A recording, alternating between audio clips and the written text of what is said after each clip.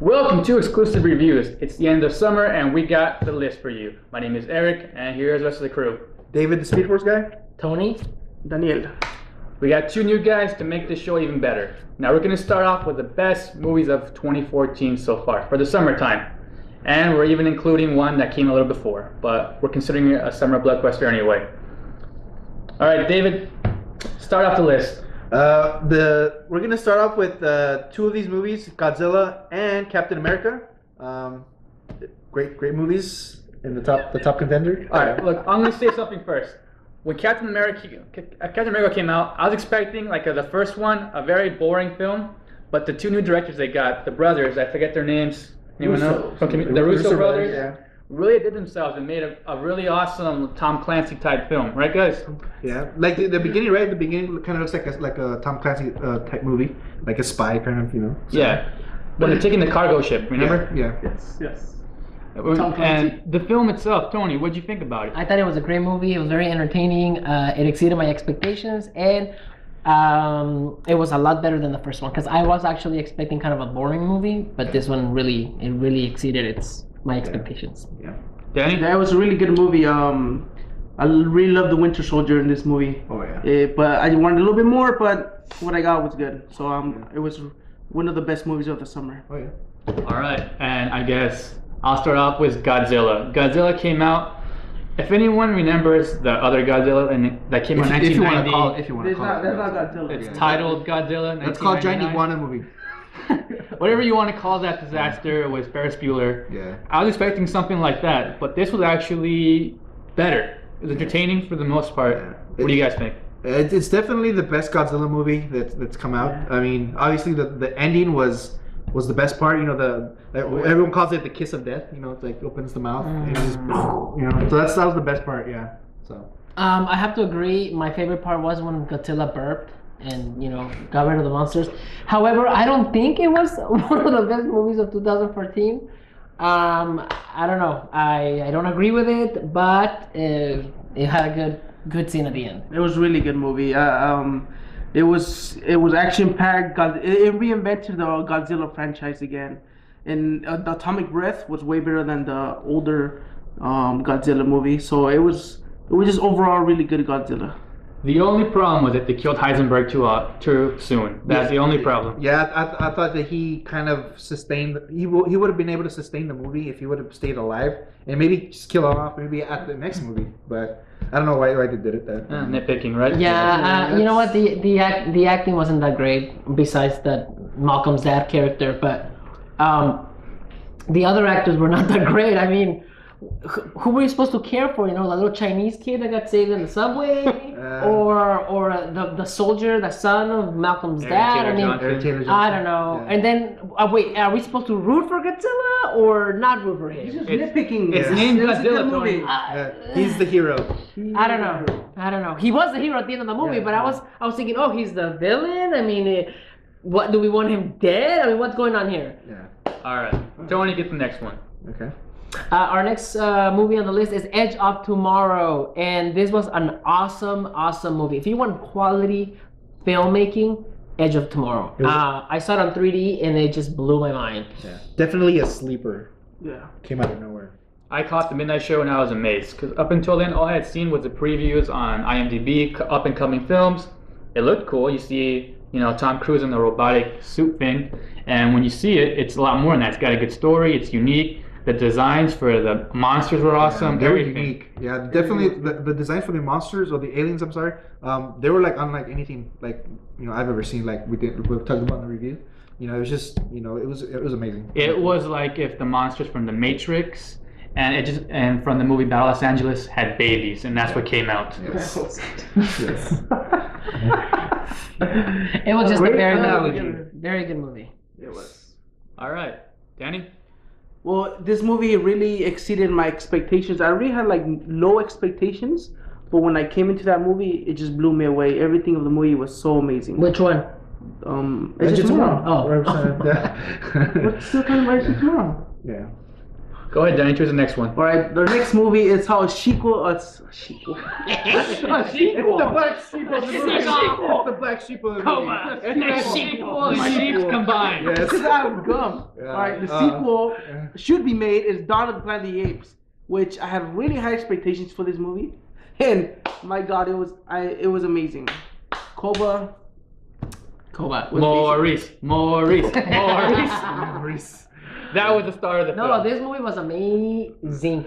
I have a coworker who did not like the movie that much, but then again, what does she know? The movie is really, really good. It was well made. You actually care for the monkeys more than the humans. I'm sorry. I'm sorry, apes. I'm a human. Oh, They're sorry. apes. I'm a We don't want human, to defend but I any care apes for out the there. apes. That I was like, you go apes. So I was like, if they get rid of the human race, that's fine. I'm in. You do know that means us, right? Yeah. Okay, cool. But this is the future, right? All right. But honestly, you got to see, I'm going to say, the worst or the best villain of a movie this summer. Koba. Koba. That dude is evil. Yeah, Sneaky. Yeah, now Koba's a great actor. Let me tell you. You don't see actors like that anymore. Megan Fox. Wait, did Megan Fox play Koba? No. No. No, I was just saying he's a better actor than Megan Fox. Koba would have had plastic surgery. All right, guys.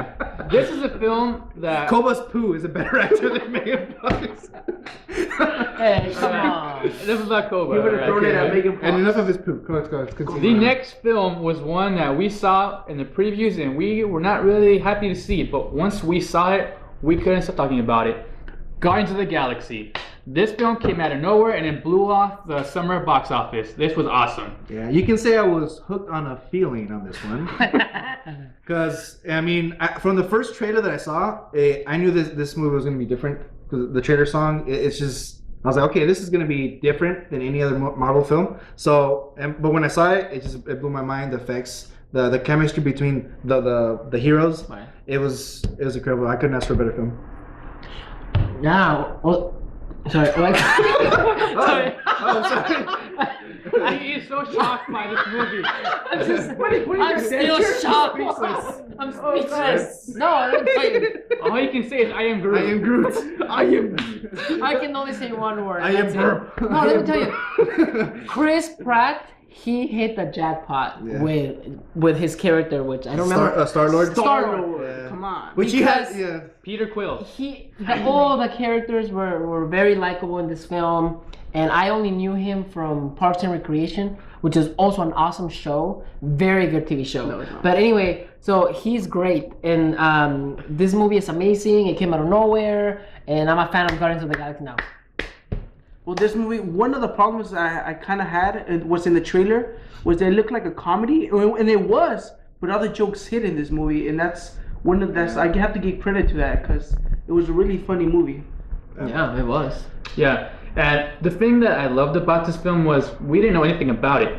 When you watch an X-Men or Spider-Man film and they don't follow the key comic book plots, you get mad. Like, what? Yeah. That's supposed to happen. This is supposed to be the storyline.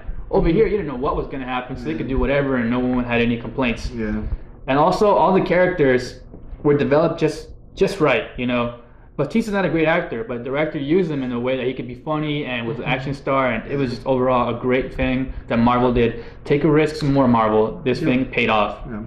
And is it me or that Vin Diesel finally got the role of a lifetime? I mean, he was great. He was a great actor in this movie. It's incredible how limiting your lines can do for you. Yeah. He did great. Yeah. Right. David, close off the segment. And of course, the creme de la creme, X-Men Days of Future Past. This movie was obviously in the top list for everybody. We all knew because the original director came back, Bryan Singer, from his disappointing Superman movie. Superman attempt. If you want to call that. Yeah, and this movie, you know, it wasn't just a good comic book movie. It was a great movie, period. Comic book. I'm sorry. Comic book. It looks like you have your foot in your mouth. Ha ha ha.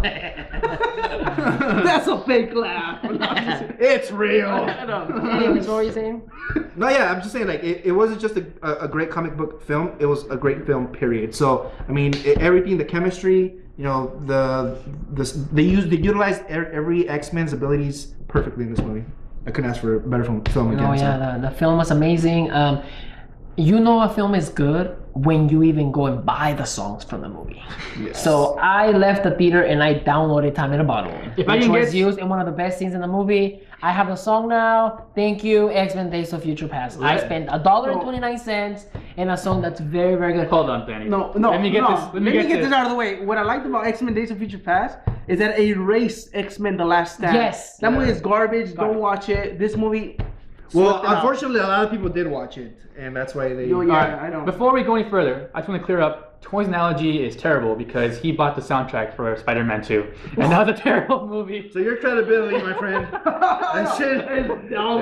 I didn't buy the soundtrack. Just one song. And another thing I want to point out is that this movie was amazing, and yet Wolverine did not have many action scenes. He didn't go berserk. He just acted. He just plain act. He didn't need to go berserk. He was the voice of reason in the film. The story was just amazing. It was good. beautifully done. It was great. It was a good movie. Yes. Can't wait for the next one. Oh, yeah. X-Men Apocalypse. What I loved about this film was the last few minutes when Wolverine's back in the future, back at the school.